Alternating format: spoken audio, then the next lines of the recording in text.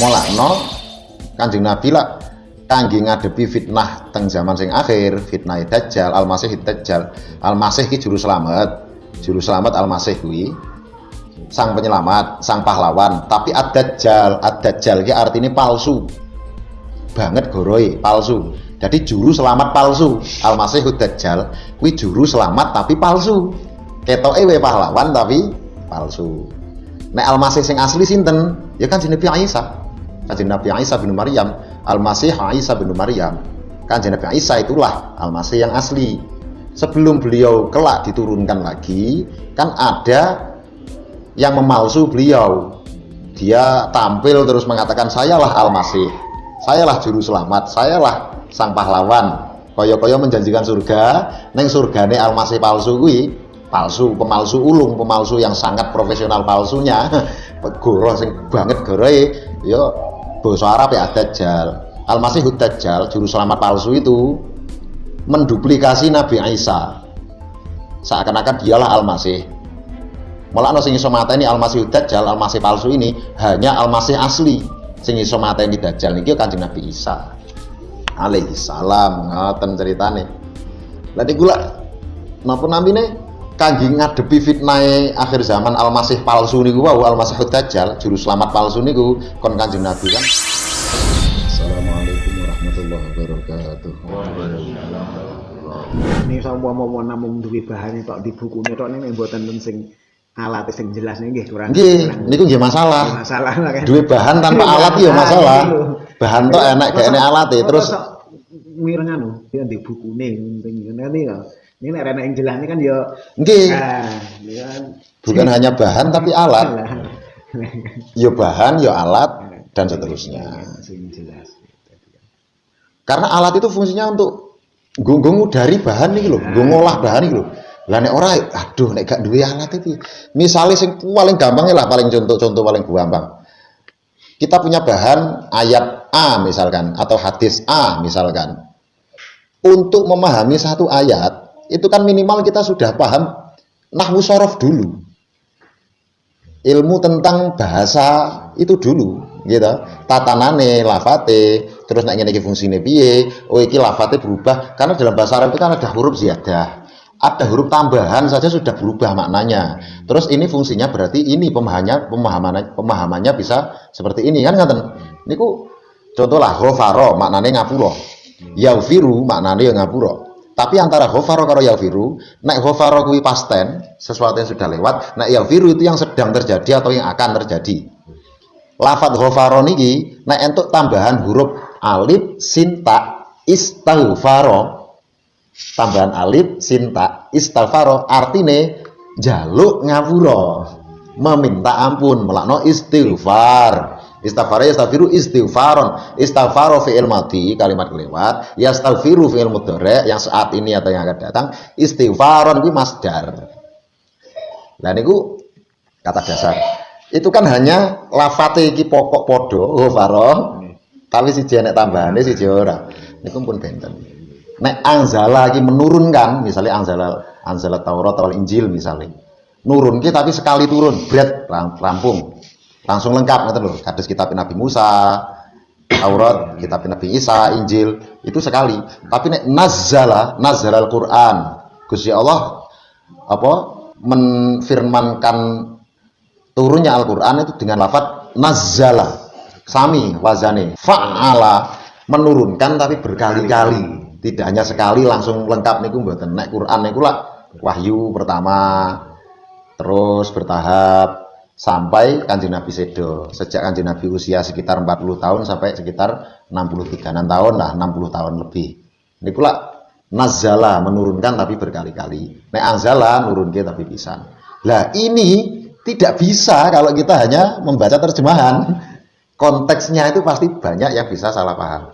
Nah, pembahasan sing ayat atau hadis sing ringan ini gak masalah. Maksudnya tidak terlalu berpengaruh pada akidah atau hukum, gak masalah. Hanya sebatas hikmah kehidupan atau motivasi agar kita lebih baik. Terjemahan gak masalah. Tapi nek wis hubungan iki sing rada serius ya ndak bisa kalau tanpa alat. Itu. Berarti nek Kanjeng Nabi yang turun ayat itu kayak perjalanan saben dintene nggih perjalanan hidup saben kan enek Al-Qur'an ayat iki Nggih. perjalanan nggih kaya Sesuai dengan keadaan konteks yang sedang dihadapi. nggih. Tapi itu relevan sepanjang zaman. Maksudnya bukan hanya di zaman Kanjeng Nabi, tapi di zaman setelahnya bagi umatnya sampai kiamat. Quran itu. Dan tidak harus urut dari Kanjeng Nabi awal menerima wahyu terus sampai beliau wafat, enggak. Jenengan jika ayat Quran yang ngendiwe dibuka diwolak-walik pasti pas relevan dengan kehidupan kita. Anti Quran itu, nggih. Ora kaya buku novel sing nek ora urut tak dhewe ra iso paham. Kalau Quran itu tidak. Konteksnya itu ya kitab suci, jenenge kitab suci. Sing ngendika Gusti Allah ya kudu karangane menungso ya. Dadi bedane niku. Kaya-kayane enten fotokopine sing somben kaya ngene Nggih. fotokopine kaya enten melih. Nggih. Apapun yang keterangan di dalam Al-Qur'an disebutkan, semua terjadi di alam nyata sampai hari kiamat. Niku. Lah kuwi salah satu bukti yang tak terbantahkan, bilih kuwi ya keng Gusti Allah tenan. Udu karangane Kanjeng Nabi, udu karangane menungso sapa wae. Nah, niku.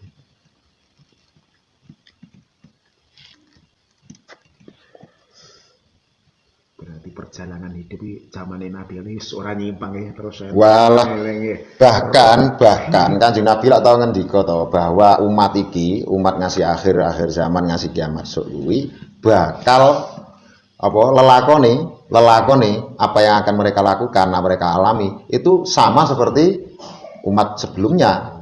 Kaya nabi-nabi zaman biyen. Kaya zamane Nabi Nuh, kaya zamane Nabi Musa, kaya zamane Nabi Isa. Biyen ana peristiwa apa? Enek kaum Sodomi, lanang seneng lanang, ngoten-ngoten niku. Saiki ya terjadi. Gitu. Niku lak pelanggaran sangat parah.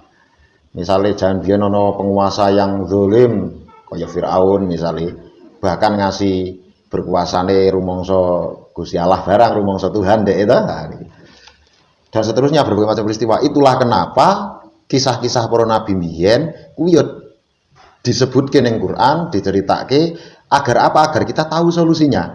Iki ngene lho, nek kasus iki anak ngene iki, kaya contone misalnya mirip kaya zamane Nabi Soleh, utawa mirip kaya zamane Nabi Musa, utawa mirip kaya zamane Nabi Isa, utawa mirip kaya zamane Nabi Sulaiman, utawa mirip kaya zamane sapa ngoten. Di situ kan ada solusi, kita bisa mempelajari. Molakno Kanjeng Nabi lah kangge ngadepi fitnah teng zaman sing akhir, fitnah Dajjal, Al-Masih Dajjal. Al-Masih ki juru selamat Al-Masih kuwi sang penyelamat, sang pahlawan. Tapi Ad-Dajjal ki artinya palsu.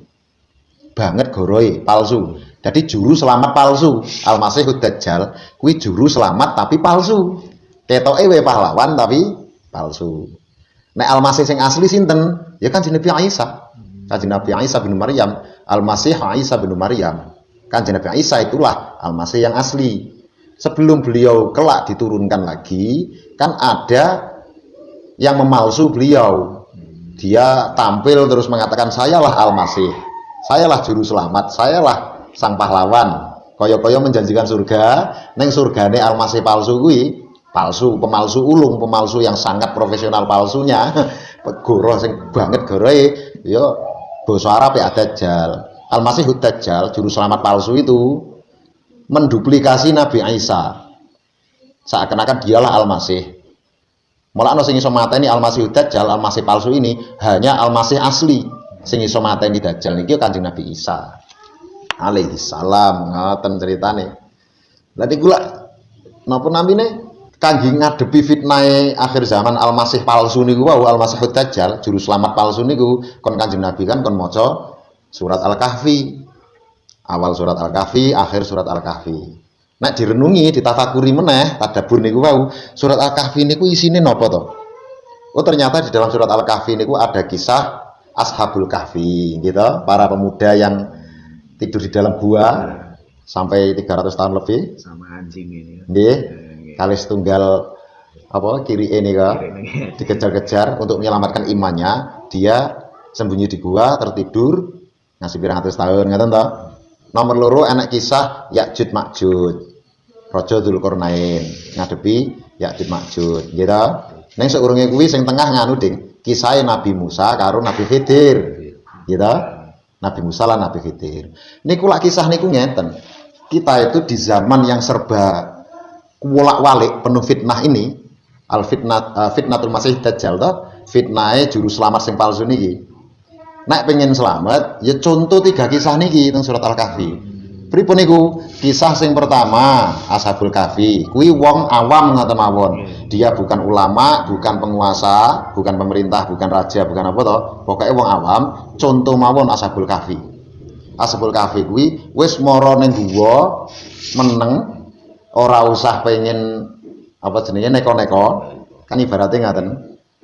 Neng kono lah digambarke guwa niku ana lobang-lobang sing iso kesorot srengenge. Ya wis lah ndelok ngintip donya setitik wae, nggo bertahan urip ngono to. Ben urip kan enek sorot srengenge terus dhek wolak-walik ngoten to wayah turune. Wong awam ngoten mawon. Ora usah ngrusui masalah nggon ilmu agama, kudu ahline wong awam. Ora usah ngrusui nggon perpolitikan, pemerintahan, gayane sok jago politik pun kita niku wong awam biasa mawon. Kalau tidak kita malah bukan ahlinya hanya diperalat. Utawa nek nggon agama niku wau malah iso dadi salah kedadian tambah rusak bukannya tambah apik ngoten to. Wis kaya Ashabul Kahfi. Anteng nyelametke imane mlebu guwa kan ngoten to. Cara enek sorot srengenge to apa ngerti donya sithik-sithik nggo bertahan urip. Dagang ya dagang, petani ya petani, nukang ya nukang ngoten to. Ora usah berfatwa agama, ora usah politik-politikan yang ndak jelas. Nek kita golongane ulama, wong sing dikanugrahi Gusti Allah ilmu kaya Nabi Musa kali Nabi Khidir. Zahir lan batin niki kudu digabung. Nabi Musa melambangkan ulama-ulama zahir, pokoknya hukum syariat, cara fikih iki fikih tenanan, kan tegas Nabi Musa. Nabi Khidir kuwi ulama sing ranae ulama hakikat, ulama batin, tasawuf, spiritual dan sebagainya. Ulama zahir, Nabi Musa ngerti enek bocah dipateni, ngerti enek perahu dibolongi, ngerti enek wong ora gelem nulung malah Nabi Khidir ngajak nulungi ngedekne temboke. Ulama syariat ngerti kuwi iki ora beres, ya ngamuk Nabi Musa, protes terus to karo Nabi Khidir. Tapi Nabi Khidir perlambangan dari ulama hakikat yang hatinya ranahnya adalah spiritual, ngerti dibalik apa yang dilihat, bukan hanya yang dipandang mata kan lho, tapi dibalik itu pun mengerti. Nabi Khidir beda tindakane. Perahu apik-apik dibolongi, ya toh. Bocah cilik dipateni. Wong mampir ning desa, wong kuwi iki ora gelem nulungi, ora gelem wae mangan, bahkan malah kaya ngece, malah ngewangi kono ngedekne temboke peninggalane wong kono, nguri-nguri budaya ibarate. Kan ngoten to. Lah niku cara ulama niru Nabi Musa lan Nabi Khidir. Aja kaku ning syariat tok, meskipun syariat itu tetap harus ditegakkan. Ning ya aja gur ranah batin tok. Aliran kebatinan tadi nengko ora gelem salat nek penting atine eling ngene iku ya masalah. Kan ngaten to? Niru tingkahe kaya Nabi Musa lan Nabi Khidir. Ana apa prau kok dibolongi ben ora dirampok karo perompak to, enek raja sing dolim jikuki prau sing apik-apik. Quran kan ngaten to, mula iki rada tak cacati supayane prau iki selamat aman. Wong-wong iki gak enek sing ngerti, termasuk Nabi Musa ya gak ngerti. Nabi Khidir ngerti. Akhire prau kuwi sak penumpange kabeh selamat ora dirompak, ora dirampok, ora dibajak laut kan to. Aman. Anak bocah kok langsung dipateni, ngerti bocah iki Nabi Khidir diwehi ilmune Gusti Allah, bocah gedhe iki sok badhe nyilakake wong tuane. Wong tuane iki saleh-salehah, nek bocah ngasih gedhe marake wong tuane iki iso dadi tekan kafir barang. Mula Nabi Musa ya ora ngerti, wong wae ya ora ngerti. Sing ketelu, lah iki wis wonge elek, ora duwe matur nuwun, lah kok ya iso didekne temboke. Kan ngaten to. Lha kuwi perlambang iki bocah peninggalane wong tuane mbiyen ki apik-apik, saleh-salehah, iki duwe anak yatim iki sesuk nek balik rene ben bondone iki ora dirayah wong isih enek perlambang wae kuwi. Kuwi kan nguri-nguri budaya to. Budaya iki peninggalane wong jaman biyen sing apik-apik, saleh-saleh. Kita tetep nguri-nguri budaya iki karena punya filosofi yang luar biasa. Nek cara teng mriki tinggalane Wali Songo, meskipun kadang masyarakate utawa wong-wonge gak duwe matur nuwun dan seterusnya, tapi tugas ulama tetep piye carane ngedekne tembok niku wae. Nek kaya bocah kae mau, mergo bocah iki ngerti masa depan iki marake rusak. Wong tuwane misalnya teng mriki tatanan, senajan kuwi iki dhewe ngerti kaya-kaya urung di dosa, ya kudu tegel kadang-kadang ya kudu tegel karo misalnya enten golongan-golongan sing aneh-aneh sakniki. Kita ngerti kuwi padha-padha sedulur Islam, tapi ngerti iku dampake ke depan dijarke gede, mumpung isih cilik dipateni sisan. Nek wis gede bahaya, sangat bahaya. Iso ngancurke negara misalnya nek ning Indonesia. Wingi niku enten HTI dibubarke ngoten to. Wonten FPI dibubarke ngoten to. Meskipun ngerti kuwi jane dulure ak dhewe, padha-padha Islam. Iki sik cilik ketoke ya baik-baik saja utawa aliran-aliran apa lah, Wahabi kayak utawa apa. Ngerti dulure ak dhewe, padha-padha Islam ya syahadat dan kita tidak pernah mengkafirkan mereka. Siji loro ketok apik baik-baik saja. Tapi kena es gede iso bahaya. Kenapa? Sawang wae neng negara-negara asal mereka. Pakistan, Afghanistan, Hizbut Tahrir atau Mesir, pundi melih nika. Dan lain sebagainya, kelompok-kelompok ini paham mereka, paham yang sangat mudah untuk merusak dan menyalahkan pihak lain. Kalau mereka masih sedikit, ya kaya apik wae akur karo dhewe kaya ora apa-apa. Kalau besar, alah kita kan bisa belajar dari berbagai macam kasus dan peristiwa. Lah niku lah contoh implementasi dari tingkahe para ulama niku wau, Nabi Musa, Nabi Khidir. Bolongi perahu, praune aja apik-apik. Nek kaapiken saiki dicolong wong. Mulakno para ulama itu biasanya pinter berkamuflase, ora usah gayane sok-sok agamis banget. Cara organisasi iki ora usah terlalu ketok sempurna banget. Wis ben lah nek celane sithik-sithik ketok rada enak eleke ya ben aman, ora bakal diinceran, tidak dicurigai, tidak dituduh teroris, tidak dituduh macam-macam. Kan ngoten to. Ora usah sok perfect lah, ora usah sok terlalu sempurna. Bahaya zaman sekarang. Niku. Dadose niku Nabi Musa dan Nabi Khidir. Kalau pemerintah contoh Raja Dzulkarnain melawan Ya'juj Ma'juj. Ya'juj Ma'juj digambarin ning Gusti Allah teng Quran niku, bahkan Raja Dzulkarnain penguasa timur dan barat tidak akan pernah bisa menghadapi Ya'juj Ma'juj. Brutal. Ya'juj Ma'juj ini menungso. Itu ya seperti suku lah ngoten. Tapi mereka sangat kuat yang menguasai cara segelintir iki wis sifatnya dolim kaya ora duwe kemanusiaan lah, ora duwe kamanungsan. Raja Dzulkarnain apa yang beliau lakukan? Gur diilhami ning Gusti Allah gawe tembok batas supaya nek kono ora iso nyerang wilayah liyane meneh. Karena tidak mampu menghadapi. Zaman sekarang pemerintahan, ya ta, pemerintahan mulai presiden, menteri-menteri dan berbagai macam pemerintahan daerah melindungi negara iki ora usah gayane sok-sokan nglawan. Negara-negara adikuasa dan mereka itu yang menindas negara-negara kecil, kuwi kan terbukti sapa sing nantang kono-kono yang malah diorak-arik to, dihancurke, bahkan tegel bom nuklir ngoten barang to. Wis to, ora usah gayane sok-sokan arep nglawan. Ning Gusti Allah digambarkan nek cara pemerintahan, cara penguasa, raja ketika ikut Dzulkarnain, wong sing sekuat itu saja ora gek terus ngadepi Ya'juj Ma'juj, tapi gawe tembok pembatas. Sekarang yang harus dilakukan pemerintah kita yaitu gawe tembok sing kuat kanggo negarane dhewe. Temboke napa? Pancasila dikuatke. UUD 45 dikuatke.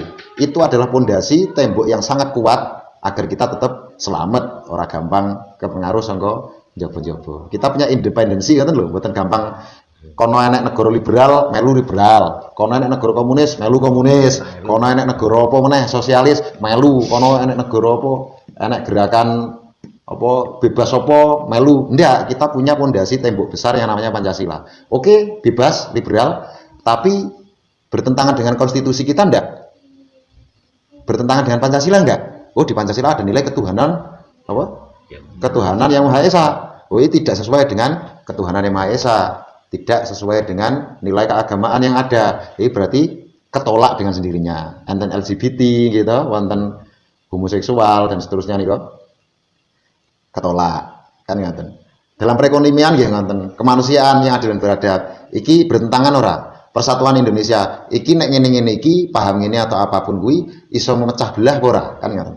Kerakyatan yang dipimpin oleh hikmah dan seterusnya. Iki kira-kira menciderai permusyawaratan kita enggak?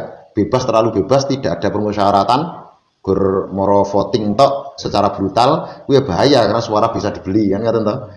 Keadilan sosial iki adil ora bagi sosial kita dalam perekonomian dan lain sebagainya. Lah niku to, iki dikencengke tenanan. UUD 45 nggih ngoten mulai pembukaan itu luar biasa. Pun niku mawon dikuatke. Konstitusi kita jangan mudah apa dibisiki pihak luar terus diganti ngene wae ya sesuai bahaya. Nek pemerintahan niru Raja Dzulkarnain. Lah ngadepi akhir zaman kan niku.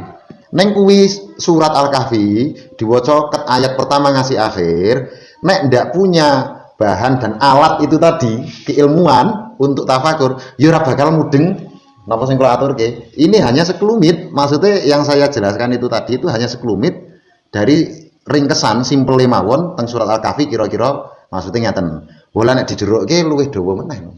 Dan bahaya kadang-kadang kalau belum siap mendengarkan itu juga bisa menjadi masalah, orang nambah apik malah nambah.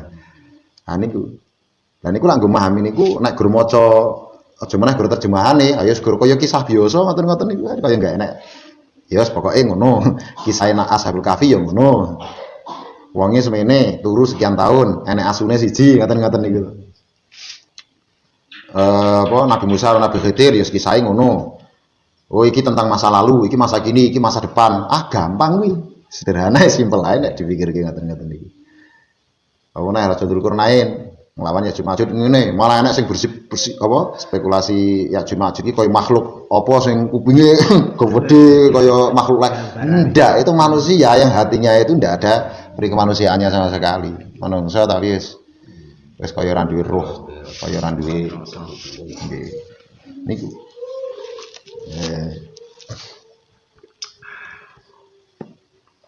Neng tenang mawon kita niku mboten dituntut apapun kecuali sepemahaman kita selama bola-bali kula tekankan. Ada usaha meskipun sedikit demi sedikit.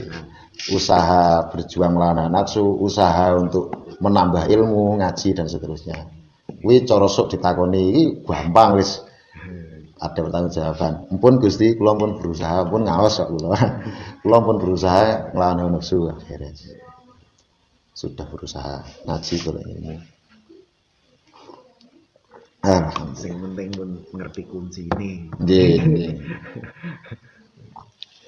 Terus Gusti Allah mudeng kok seberapa kapasitas kita. Gusti Allah sudah sangat memahami dan sangat mengetahui kapasitas kemampuan kita. Oh iki wis tenanan. Jadi salah kalau harus dipaksakan 100%. Kuwi malah iso adewe kabutan terus malah stres dhewe. Ndak. Tapi setidaknya kita sudah tahu itu tadi semua, banyak informasi. Gitu. Bagus. Dan orang semakin banyak belajar, biasanya semakin dia merasa bodoh. Merasa oh site ilmu gue luwih akeh sing urung tak ngerteni. Tapi orang yang tidak mau belajar, tidak mau ikut ngaji, tidak pernah membuka wawasan, rumangsane pinter dhewe. Rumangsane pinter, rumangsane wis ngerti kabeh karena tidak ada bahan pembanding itu tadi. Melakno aku setuju karo omongane Sokrates ya. Sokrates iki filosof Yunani kuno biyen. Perbedaan saya dengan orang-orang adalah orang-orang itu tidak tahu bahwa mereka tidak tahu. Mereka itu orang-orang secara umum, mereka itu rata-rata tidak tahu bahwa mereka sebenarnya tidak tahu. Saya tahu bahwa saya tidak tahu. Sokrates, Plato, Aristoteles dan seterusnya. Diringkes dening ulama besar dalam dunia Islam, filosof peripatetik, Syekh Ibnu Rusdi Ibnu Ibnu Rushd. Ilat Londo bahasa Latin mocone Averus. Ibnu Rushd jadi Averus. Ibnu Sina jadi Avusina. Ulama-ulama kita itu yang menjadi penemu-penemu awal dunia. Keren ya. Kalau sekarang dunia Islam itu semangat dalam keilmuan, wah masa kejayaan kayak ketika itu iso. Kalau sekarang kan kejayaan dalam teknologi dan seterusnya dikuasai wong-wong kono toh. Mereka itu mengadopsi keilmuan dari ulama-ulama Islam lalu mereka kembangkan. Kita tidak. Mereka wis males sinau. Males belajar.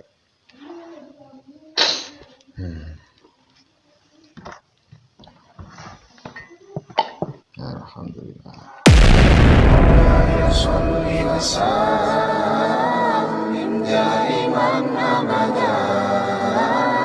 على حبيبك خير الخلق